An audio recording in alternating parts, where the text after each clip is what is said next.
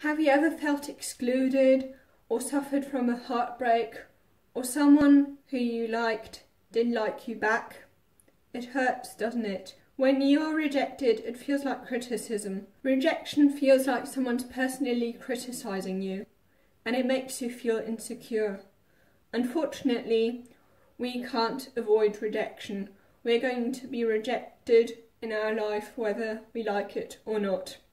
Especially if you're the kind of person who puts themselves out there a lot, or the kind of person who tries really hard to get the things that you want to get. Especially then, you are going to be rejected over and over again. Since you can't avoid rejection, how can you at least try to deal with rejection in a constructive way? Today I am going to share 5 tips on how you can deal with rejection more effectively so that you don't suffer too much. So for example, if you go for that job interview and then in the end you're not hired, you may feel like, oh damn, I wanted this job so badly, that was really what I wanted to do, why didn't they hire me? Why didn't they hire me? Wasn't I good enough? And although it may feel like the only job you'd like to do, or the only thing you could possibly imagine wanting to do, or when we really look forward to something happening that ends up not happening in the end, we often forget that even later on in our lives, we are going to be faced with so many more opportunities that will probably be just as good, if not even better, than what we wanted right now and we didn't get. Especially in relationships, when you think that he was the one and then you get your heart broken. Especially then, you will feel like there will be no person who could possibly be as good as him, let alone better than him, and you will feel that there will never be anyone again who you could love as much as you loved him. But after the pain has eventually healed, even though it may take a very, very long time, then you will eventually find someone else, maybe someone even better. And in general, this idea of finding the one is very, very unrealistic because, I mean, come on, if there's so many billions of people around the world, and if there only was one single person that was meant for you, I actually wouldn't like that idea too much if that actually was true, because, for example, let's say that the one has been driven over by a car before you even got to meet him.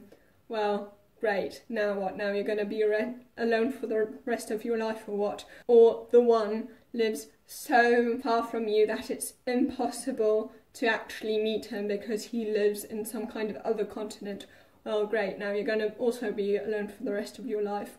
Or even worse, his mother had a miscarriage and he was supposed to be born but he wasn't, and now you are going to end up for the rest of your life alone because that person that was supposed to be the one wasn't even born in the first place. So the first tip would be to, although it may not seem like it at first, keep in mind that there are always going to be more opportunities, more options in future that are just as good or even better. Jack Canfield likes to use the acronym SW, SW, SW. Some will, some won't, so what? So basically, some people will like you, others won't.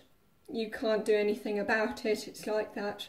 Who cares? There's always going to be someone else, a next person or next job offer. And then the second tip would be that you don't want to think that things happen to you, but that they happen for you. That in some way you can learn from them so that they actually happened to your advantage. Because pain combined with reflection leads to progress. So the second tip would be that you really want to, when you get rejected, ask for feedback so that you can learn from mistakes, and then when the next job offer comes or the next opportunity arises or the next person you fall for, that you're then kind of better for them because of the experience you had before.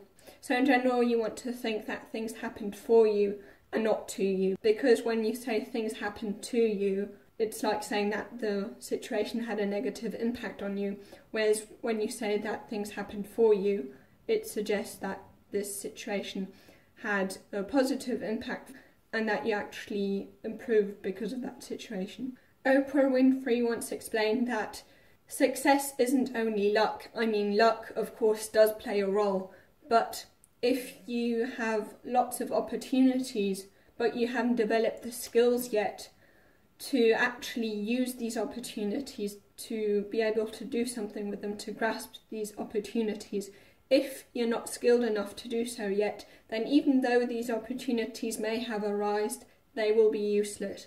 So, yes, luck does play a role, but only if you've developed enough skills to actually do something with this luck. So, for example, when it comes to relationships, you can find the best person you want. You can find, a person that kind of meets all the criteria for you. That's close to perfect. Of course, not perfect because no one is, but like really, really close to perfect. And you think that this person may be too good to be true. Even if this person does come along your way, which is very, very unlikely, you yourself haven't developed the character traits that you need to be in a good relationship, and if you haven't really worked on yourself, then this person may not even be attracted to you. So you might meet this person, but this person doesn't like you.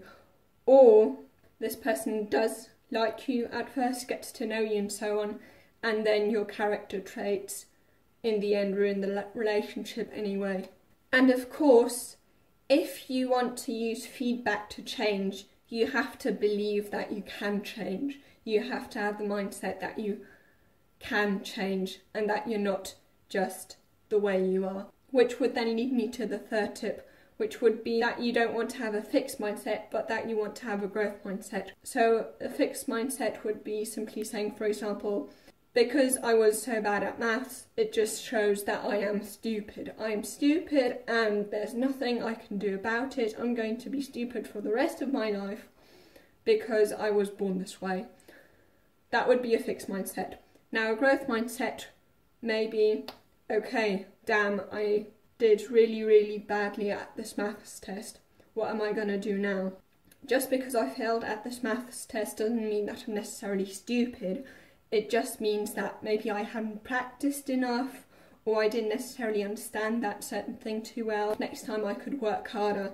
So the person with the growth mindset would then, in this case, when the next maths test arises, so in the next maths test, the person with the growth mindset, before he takes the maths test, would make a lot of effort, work really, really hard, so that this time he practices enough so that he can get a good grade. Whereas the one with the fixed mindset will just simply think, I saw that in the last maths test I didn't do too well. This just simply means I'm stupid. I can't do anything about it. It's the way I am. I'm no good at maths. So I am not going to practice anyway, because what's the point? I'm going to fail anyway. And of course, if you have this fixed mindset, then even if you do get feedback, you won't improve. And in relationships, this would, for example, be like the person with a fixed mindset would simply be, oh, I'm just a very, very angry person. I've just got this bad temper. I've always been like this and I'm not going to change.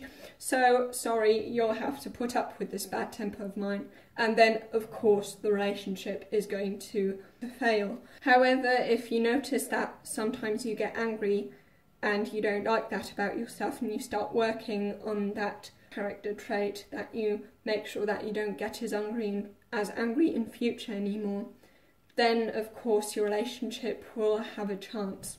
And of course, when you do then get rejected, when you've got a fixed mindset, it makes you feel even worse, because when you've got a fixed mindset, every single situation simply reveals who you are as a person, which of course makes it feel much, much worse.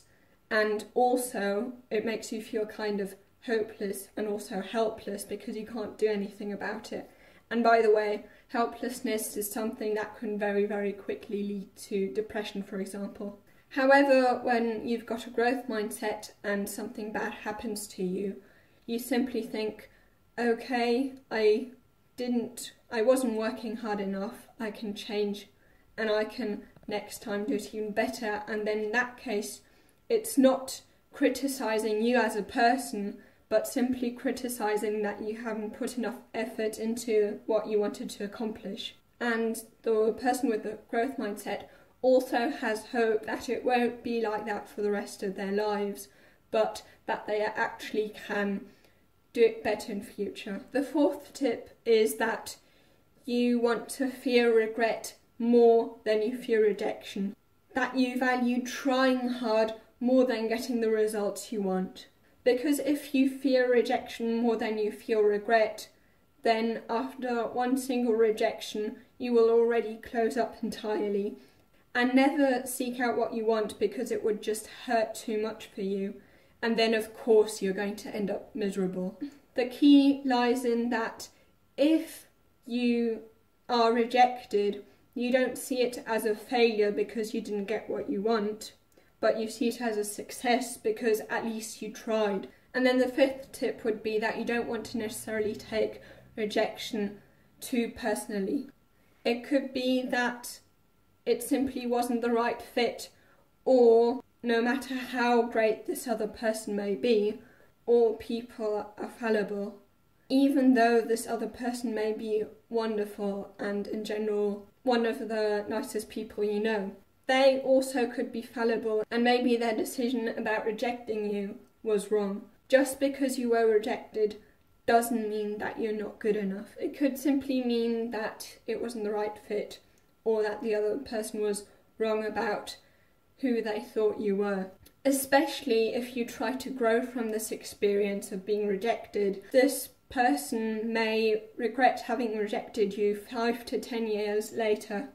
And then maybe they will change their minds about you and you might get together, or it could be that by then you're in a relationship with some other person and this person that you liked before then suddenly realises that, oh look how well you treat that and that person, I could have been that person, unfortunately I'm not. If you think about this possibility, then rejection could actually be a motivation. Now, I suppose that if you've got a problem with dealing with rejection, if you find it very, very painful when you deal with rejection, that you're also afraid of failure. If that is the case, you can watch this video here. It's about how you shouldn't necessarily fear the fear of failure, or why you shouldn't fear failure too much.